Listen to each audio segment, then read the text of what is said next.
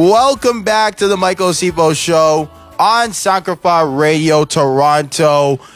I'm your host, obviously, Michael Asiffo, and a bit of a late start for us today, but it's all good. It's okay. We are still going to talk your NBA basketball, and we are going to talk everything that has to do with NBA and the NBA draft. And, you know, I'd love to talk about it just by myself, but I need a little help. That's why I called a couple friends, and we've got a talented broadcaster here in the form of Brandon Graham from Overexposure Media.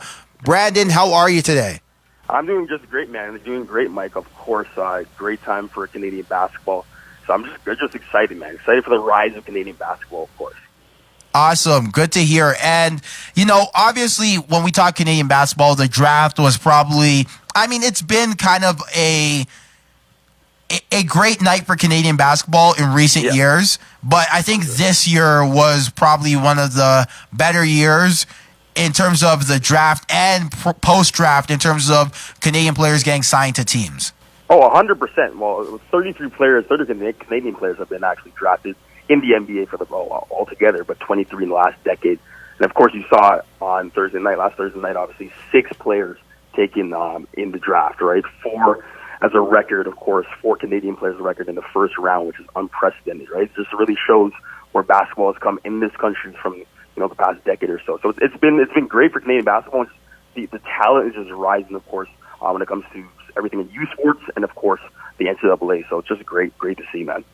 Yeah, and that's definitely kind of a talking point is that Canadian basketball, I mean, in general, international basketball outside the States has been rising, and that's something that the NBA would probably do the Mr. Burns a la Simpsons excellent to, but Canadian basketball has probably been the beneficiary of that, as you said. It used to be in past years where you'd have one guy like your Andrew Wiggins, which has been kind of disappointing in hindsight, but it's a thing. And then you had, your Anthony Bennett's and your too. It came in 2016, right? Yeah, exactly. It just goes on Shea Gilgeous-Alexander just goes on and on, right? So just you really do see again the next few years. Do not be surprised when the Canadian national men's basketball team actually is competing for a gold medal because the talent is there. It's coming very soon, right? But as I said before, 4 players taken in the first round, which is crazy.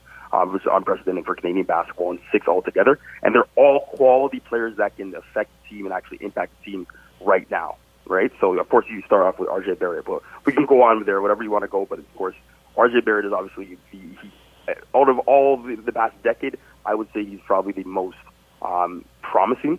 I know Andrew Wiggins, of course, came before, and we were all hyped, of course, on Andrew Wiggins. He hasn't shown it thus far, but I really think RJ Barrett can come in and actually be an all-star in the next few years, honestly, man. He's that talented. Yeah, I'm with you there. I think RJ Barrett has all the tools from his Montverde days over to Duke, and now he's going to be in the NBA, playing for a Knicks squad that isn't known for its development, but I think that he's such a talent that he's going to do well for them there. But you did mention there's 4 players in the first round taken who are Canadian. Who are the other 3 that, maybe don't have the marquee name as RJ Barrett, but were taken in the first round that us as fellow Canadians need to know about? Oh, you have to know about Nickeil Alexander-Walker, who's the cousin of Shea Gilgeous-Alexander, who was taken last year in the draft coming out of Kentucky. He plays obviously for the LA Clippers, and he was starting actually in the playoffs of this year and actually showing up. And of course, Lou Williams and a lot of players on the Clippers definitely credit him throughout the year, but he's been a tough-minded player, and he's been really good. But his cousin drafted obviously in the first round, 17th overall, to the Brooklyn Nets, of course, but he's heading over to the Pelicans. He's just a really long player. He can stretch it out with 3. He's a 3-and-D kind of player, but he can definitely penetrate, get to the lane, and obviously track fouls. He's a great player. He's great around the rim. A great touch in his jump shot, and he's going to be a really promising player going forward. Brandon Clark came out of Gonzaga, obviously going to OKC, but I believe he's going right to Memphis. He out of Gonzaga, definitely the difference maker. I would say pretty much the dark horse for the reason why that team went so far in the tournament in March. Pretty much going towards the Elite Eight and not being able to get to the to the obviously Final Four, but he was a really good player and definitely a difference maker going on. He's great on the boards, can actually shoot and stretch it out to 3-2, great player. And obviously, last but not least is Fiondu Kabengele, who's a tall, close to 7 foot, out of Florida State, who's from Burlington. Play really, really well. Just a really good defender. He's a guy that you can put around the rim. He's going to protect your rim, and of course, he's great around the rim, creating different shots and being efficient around the rim too, right? So, but out of those 3 other guys, after RJ Barrett, I would say, honestly, man, Nickeil Alexander-Walker is super talented. Out of Virginia Tech, he's actually from Toronto. He's just super talented. Him grew up with Shea, Shea obviously being from Hamilton, him being from Toronto. Them always playing one-on-one growing up, and they're both first-round draft picks. This is crazy. They're cousins. But he was just a great player throughout the entire year. Was always pretty much touted as a first-round draft pick this year. He's just a great shooter. When it comes to mid-range, he needs to improve a bit more his deep-range shooting, his three-point shooting. But I think that will come. But once again, he's placed on the team now with the Pelicans. He got obviously flipped over from Brooklyn to the Pelicans, and he's going to be around Zion Williamson, right? So you're probably been headed in that direction, but he's going to be a really good player for that team. And altogether, all the players taken, even Ignas Brazdeikis, who was taken in the second round, 47th overall from, he was actually sent to some Sacramento, but now he's actually shipped over to New York. He's playing with his pretty much his childhood friend in RJ Barrett. They used to play together on AAU, and obviously when the ref leagues, of course, when they're younger, they know each other since they're 8 years old, right? So Ignas Brazdeikis coming out of Oakville, Ontario. I saw him playing actually when he was younger too, and went to Michigan and was actually the freshman of the year in the Big Ten. So he's really talented players in this year's draft. Really excited to see them. But personally, out of the first, if you're talking about the first round, I think everyone needs to know and everyone needs to cue into Nickeil Alexander-Walker because he's going to be a talent. And I think a player that's going to be similar to Trevor Ariza, a guy that's going to hit the shots, of course, can penetrate. It's going to be a reliable bigger guard altogether, right? He reminds me a lot of Trevor Ariza, but I think he's more versatile altogether. So that's my pick for those first round players for sure. Yeah, and Nickeil, obviously, Shai Gilgeous-Alexander, they're kind of like joint at the hip. You saw a lot during the draft, but. You mentioned the name there, that I think that if you were following basketball, you kind of smiled a little bit, and that was Ignas Brazdeikis. And he is a guy that you've seen a lot, whether it be at the All-Canadian Games, or whether it be at the three-point shooting contest. And for him to be drafted, not only drafted, but, thank the Lord that he's gone to the Knicks, to play with RJ. It does say that, look, he is a second-round pick. Obviously not expecting a whole lot, but if he can sort of kind of pull a little bit of Fred VanVleet magic where you bet on yourself a little bit, it'd be kind of cool to see 2 Canadian guys who grew up playing AAU together, now playing on the main stage in the NBA. 100%, man. Ignas is just to see where he's come from, right? I remember seeing him in high school when he used to play at the AI Institute in Orangeville. And his growth from them, we all knew he was going to be a really good player, but no one projected him to be one of the best players in the Big Ten. The Big Ten is a very, very tough conference, obviously, out in the NCAA, right? Playing at Michigan with a really talented team, playing with Jordan Poole and some other guys that got drafted this year. But Ignas is going to be once again, he's improved his shot tremendously. Right? Improved it tremendously. A guy you can definitely kick the ball out to in 3, and he will make his shots. Yes, I know they're going to New York, which is, as you mentioned, not the best for development.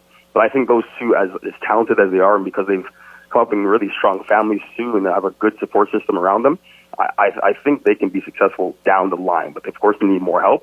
But I think the New York Knicks did the first time in over a decade they've done something right, and it's drafting those 2 players, right? So, and I've got a chance to see Ignas since he was younger, and Gordon obviously until what he is right now. Very, very aggressive player, is not afraid of the moment.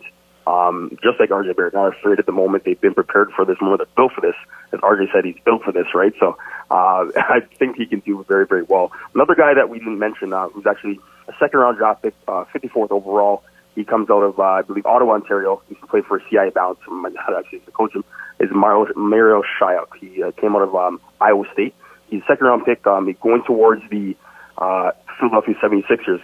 He's a guy that definitely bet on himself. He's a 4-year player in university, actually came from a different school, was at Virginia first, and then transferred over to Iowa State, was their main player That was pretty much their focal point of the team the entire year. Even in the NCAA tournament, they won the Big 12, all because of him too. Because he's a long player. Reminds me a lot of Pascal Siakam. More polished game, not as much of a high motor, but he's a very, very crafty, pretty much forward. Right, he's a good defensive player. Can hit the mid-range shot. He can make the three-point shot as well too, but I think he needs to kind of, refine his game a little bit more when it comes to one-on-one and getting around different screens, pick and pop, of course, but he's a very good player too. He bet himself. He's a 4-year player too, right? So Miro Shire definitely bet himself and did a really good job. And now he's actually, I remember seeing him when he used to play for CI Bounce, and now he's been drafted, right? And it's funny because a lot of people definitely doubted him even getting to that level. So it's another, kind of like a Fred VanVleet, as you mentioned, because he's a 4-year player, and now he's in the league, right? But he was drafted to 54th overall. But all of these players are very, very talented. I can see them stay in the league for many years. They're all, one thing with this crop of Canadian players that were drafted this year, all 6 of them, they all play defense. They're all good defensive players. They're not just a one-dimensional type of player. RJ going all the way down to Miro Shayak, all 6 of them, Brandon Clark, Kevin Gelling, who's known for defense, they're all great defensive players. So that's something that can definitely keep you in the league. Of course, you do need to produce on the offensive end, but they're all great defensive players. So hopefully they can continue that stride going forward, right? So that's my take on it. I think Canadians need to be very excited for what they're actually about to witness. Yeah, and you mentioned the defense there, and I just kind of want to say a little point on that, is that's I think that goes to development in the Canadian system. All these kids played ball with Team Canada be at some level, one way or another, and it takes it.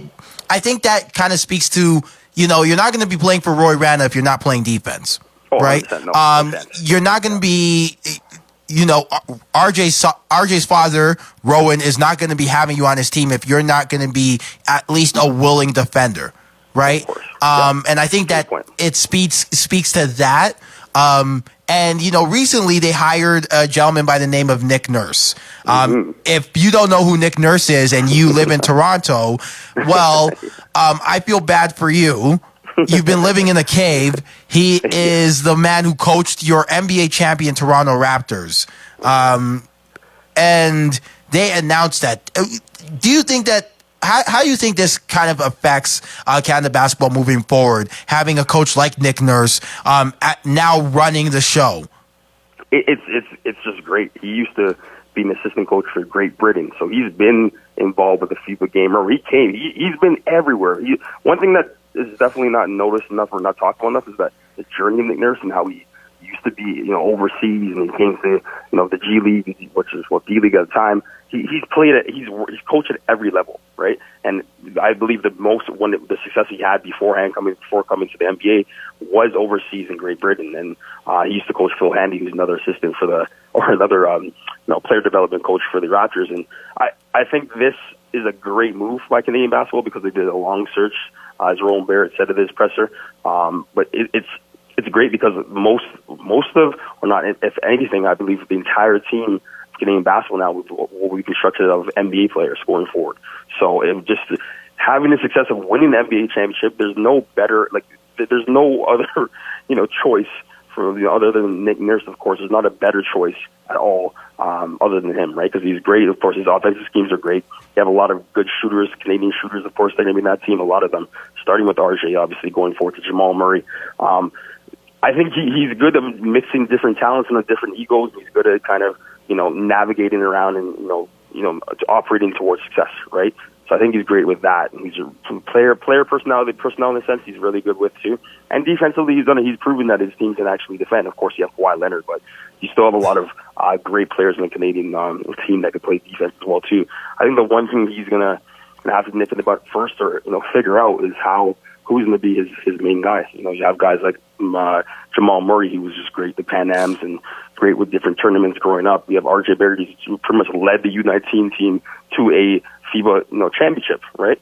So you have guys that have won at every level going forward, and there's a lot of focal players in that team who are the best player, who always have been the best player in their teams, right? So just managing the personalities and figuring out, okay, who's which situation will I have this player in, or Kelly Olynyk, Tristan Thompson, Jamal Murray, who will go down the line with a bunch of other players they can use too, right? So it's just a matter of putting that together. But I think as he's already proven, he's good with working on the fly, and he's good with making things work in a limited amount of time with the Raptors in his first year winning the NBA championship, right? So I think it's a great move for Canadian basketball. Kind of surprised me that Masai Ujiri and the Toronto Raptors were so willing to just let him do this, of course, along with being the Raptors' head coach. But I think he'll make it work. And he's coached at every level, and he's been successful. So I think this is a great move for them altogether. Any chance we'll see the Bucks and 1 at the FIBA World Cup? I wasn't. If you play the U.S. or any team that pretty much has a dominant player, play Greek with Giannis. Who knows, man? He would have to. Of course, I think he's already proven he can mix in different defensive schemes, even if it's high school level defense, but high school type of defense. No, he's proven that he can win, and so not at all. I'm not worried about that at all. I think he'll do a great job with Canadian basketball. I think this is the best time for Canadian basketball going forward, because this is kind of where you see the shift of Canadian basketball move to heights that it's never been to. Even heights that Steve Nash and those guys back in the day, Rowan Barrett, Sherman Hamilton, a lot of guys, Jerome Robinson, could not bring it. So it's just a great time for Canadian basketball, and we're starting to see the fruits of their labor pretty much being planted in this team for sure. Yeah, that's awesome to hear. One last question before we let you go. Now, the NBA awards are happening tonight.